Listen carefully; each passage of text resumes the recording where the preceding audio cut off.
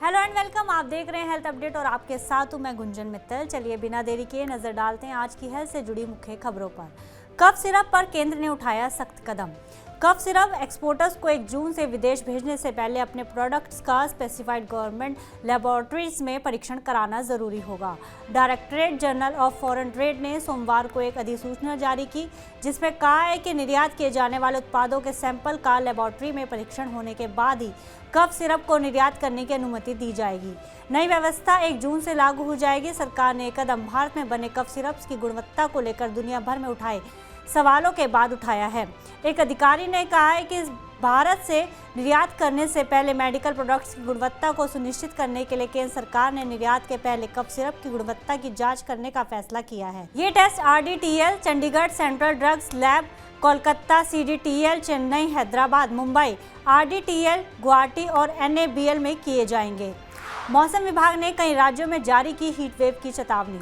मौसम के चढ़ते पारे को देखते हुए मौसम विभाग ने कई राज्यों को हीट वेव की चेतावनी जारी कर दी है। जिन राज्यों को चेतावनी दी गई है उनमें हरियाणा, दिल्ली, दक्षिणी उत्तर प्रदेश, उत्तरी मध्य प्रदेश, झारखंड, बिहार और बंगाल शामिल हैं। ज़्यादातर राज्यों में पारा 40 डिग्री सेल्सियस के पार पहुंच चुका है।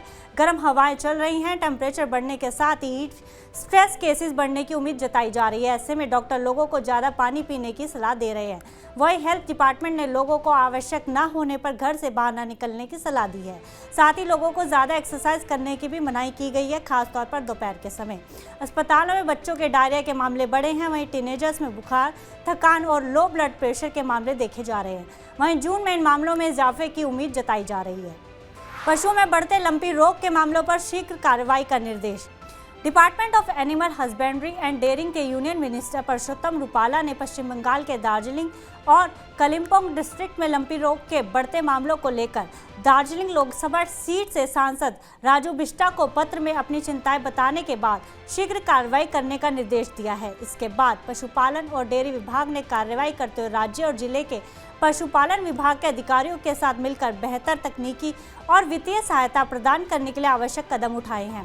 रोग को बढ़ने से रोकने के लिए प्रभावित क्षेत्रों में मवेशियों के रिंग टीकाकरण सहित अन्य संक्रमित मवेशियों का उपचार चल रहा है। दोनों जिलों में भेड़ बकरियों में LSD की कोई रिपोर्ट नहीं है और संक्रमण मुख्य रूप से गैर टीकाकृत मवेशियों में पाया गया है। स्थिति फिलहाल नियंत्रण में है।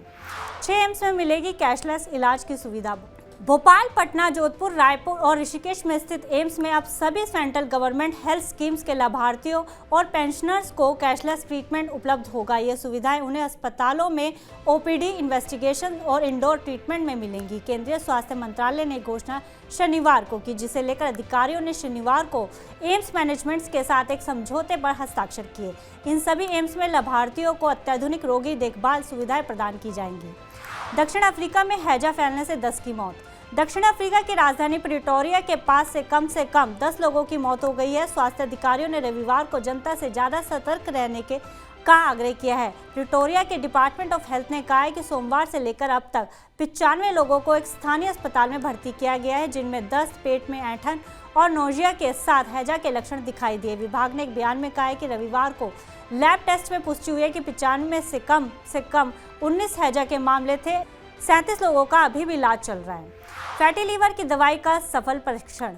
हैपियन फार्मास्यूटिकल इंक ने सोमवार को कहा कि उनकी कंपनी का उपचार मिड स्टेज अध्ययन परीक्षण में फैटी लीवर रोग के एक प्रकार के रोगियों में लीवर फंक्शन में सुधार के मुख्य लक्ष्य को पूर्ति करता है।